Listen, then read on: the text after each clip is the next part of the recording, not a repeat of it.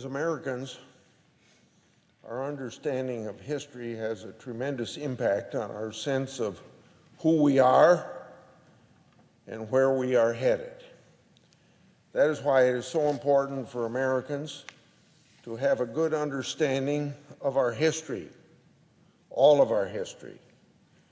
Slavery is a great stain on our country's history, and its legacy impacts us yet today.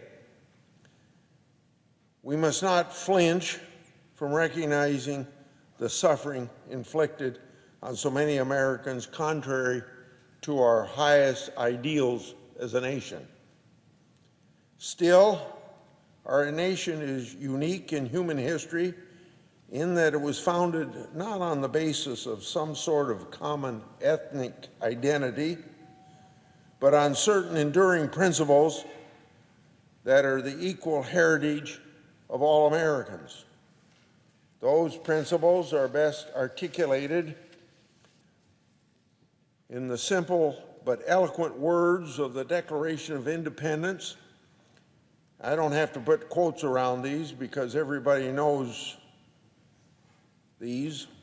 We hold these truths to be self-evident: that all people are created equal, that they're endowed by their Creator with certain unalienable rights.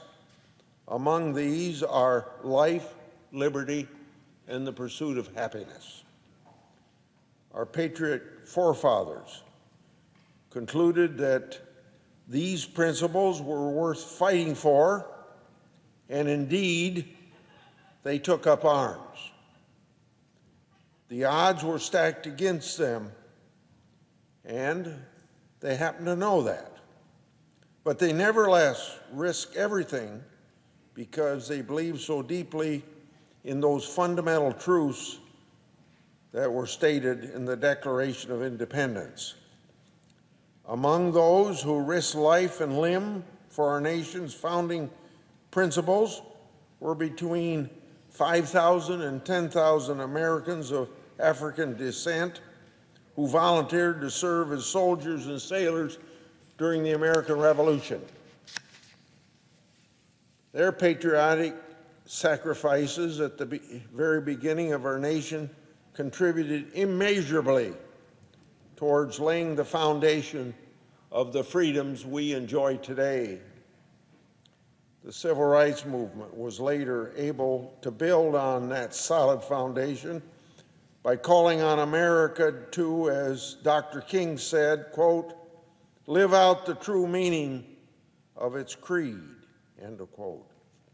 Dr. King was absolutely right in pointing out that Black Americans have every right to fully claim our shared heritage as Americans, having helped build and shape American institutions and society from the beginning,